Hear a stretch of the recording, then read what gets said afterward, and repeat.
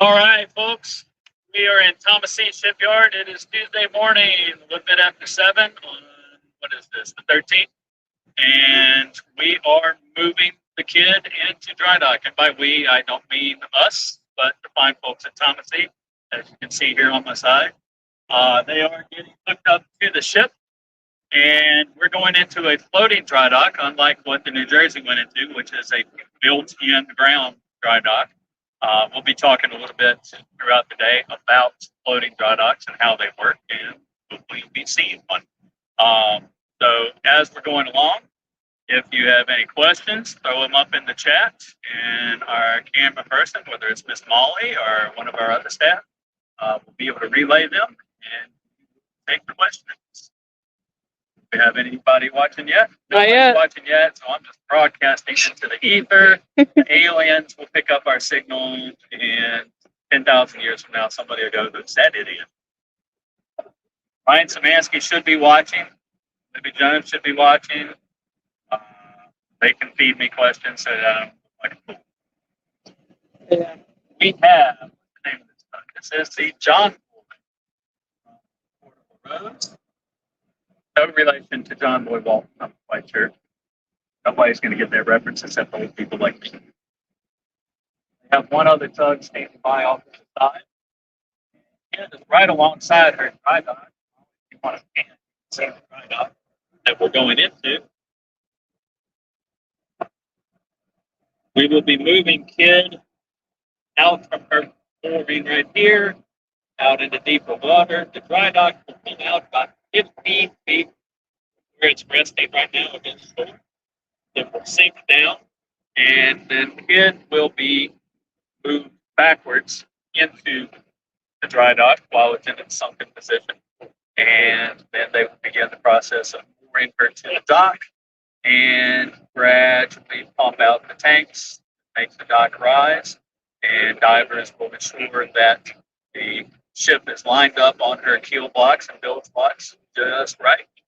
And once she is firmly resting on those blocks, they'll pump the rest of it out. And then she takes a ride on the dock over to the repair portion of the yard. Right now, we're sitting near new construction. So we're going to be doing these live streams probably about every 30 minutes or so, top of the hour. And you can know when to regularly tune in. Any questions yet? Anybody? Not yet. Nobody's Nobody's awake yet. Nobody's awake yet, except for people on the East Coast, which is why Ryan and Lydia probably watch that. See, Kidd. Ready to go? Yeah. Been waiting for 3 months. 3 other ships that were in queue for the dry dock ahead of us. And each of them had to finish their repairs. Moving out, reset the blocks, get a new ship in, lift her, do the repairs, however long that would take, drop her in the water, be moved on, refloat the dock, and get all the blocks and everything taken care of.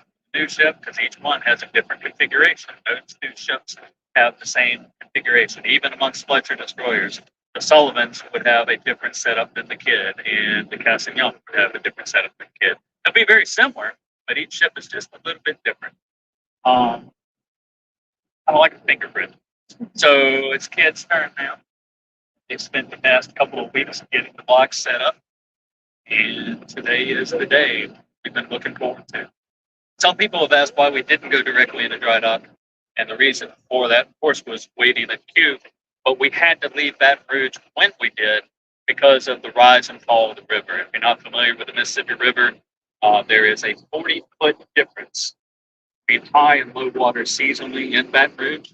And that's why we have that cradle there, so that we don't just flounder in the mud when the river goes down.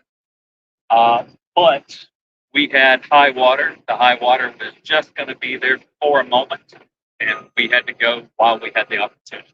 That's why we left early, came down here, and have been sitting here ever since. I've been doing a lot of work. If you haven't seen our project updates, go to the YouTube channel for the Kidd, go to the Drydock playlist, and you will see not just the trips downstream and through the Gulf, but also you'll see each project update that we've done so far. I think, what have we done, Molly? 5? Yeah, 5. We've done 5. We just dropped the latest one about the dry dock setup on Sunday, I think. Mhm. Tie it all. I do it the same. We can go. You want to get closer? Well, let's not get closer, but let's just get a better angle.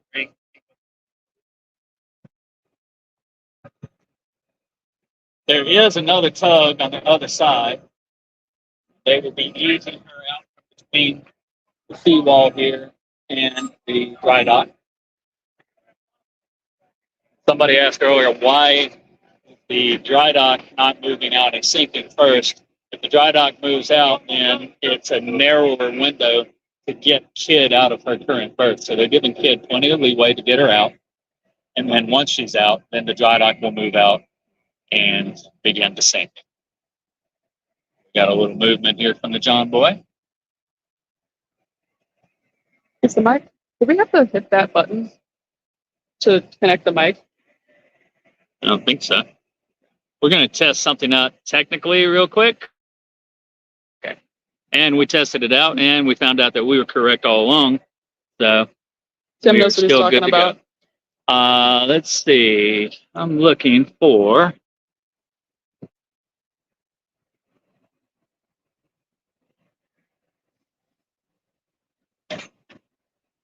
All right. We're still new at this whole live streaming thing, folks, so just be patient with us.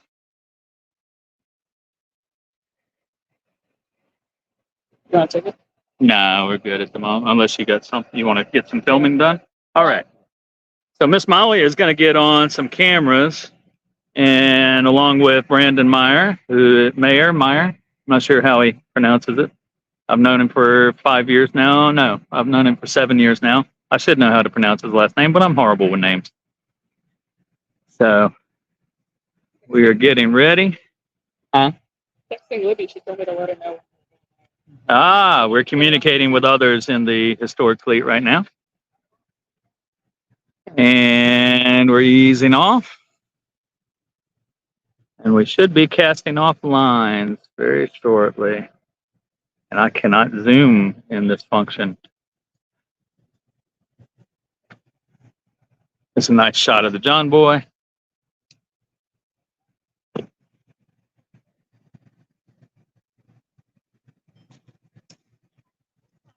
A lot of the footage that you're going to see today is going to be like slow motion, maybe even like watching paint dry, guys. I'll be honest, because there's nothing that moves quickly when you're coming into dry dock. So, because you don't want to move quickly, you can damage your ship if you do something wrong.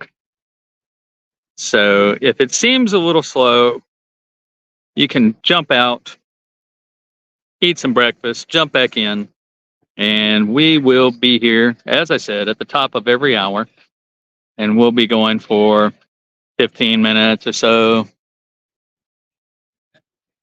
They are casting off lines.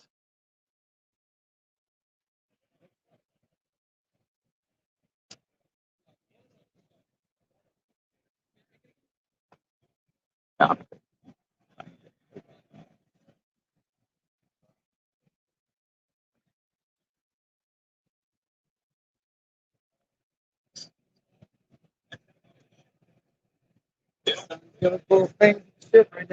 Yeah.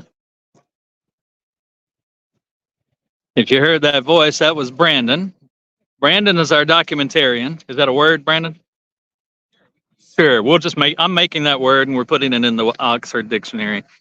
But Brandon is heading up a multi-person effort to make a documentary on this. And once the Kidd is safe and sound and back in Baton Rouge, we'll have all the footage assembled and put together, and we will have a documentary for future generations that show step by step the process that we went through to get the ship to dry dock, get her repaired, so that if it needs to happen again in the future, not if, but when, then we actually have footage, and people will be able to see how it happened and why you need to do this or that in a certain order.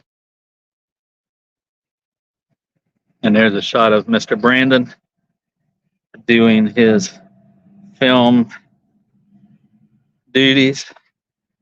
Brandon was a location manager when I first met him on Greyhound, starring Tom Hanks and Rob Morgan and Elizabeth Shue and the USS KIDD. So we've got our crew here lined up, waiting for her to move. Is she moving? I think she's moving. Yeah, very slowly she's coming out. As I said, everything is very slow when you're messing with a ship in dry dock. I forget how long it took New Jersey to dry dock and Texas to dry dock. I jumped in and out on their live stream probably a dozen times because I was working. So I actually had to do work or else I was going to get in trouble. There she goes. You can see the dry dock beginning to disappear behind her.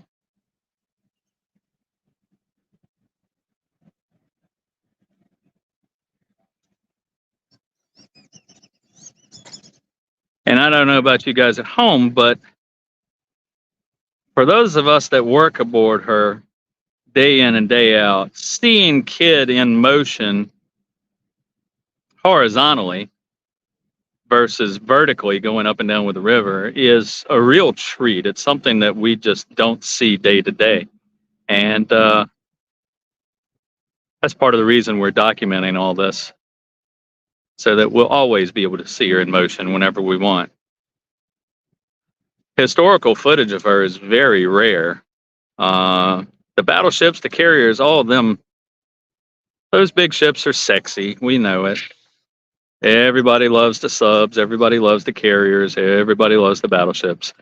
But they didn't have as many cameras pointed toward the small boys like KIDD, like Cass and Young, like Laffey. And so for that reason, you don't have a lot of historical footage of her moving through the ocean. We just did stumble across some. We had a crew member come in last week, and he left us a flash drive of some historical footage that he took. And by historical footage, he just had a camera and was walking around the ship. But he didn't know it would be historical back then. But to us now, it is historical. And we will soon have it. We're not live? Why are we not live? That's weird. Okay. So I'm going to shut this down for a moment as KIDD is eclipsed by the sun, or the KIDD is eclipsing the sun, and we will see what's happening.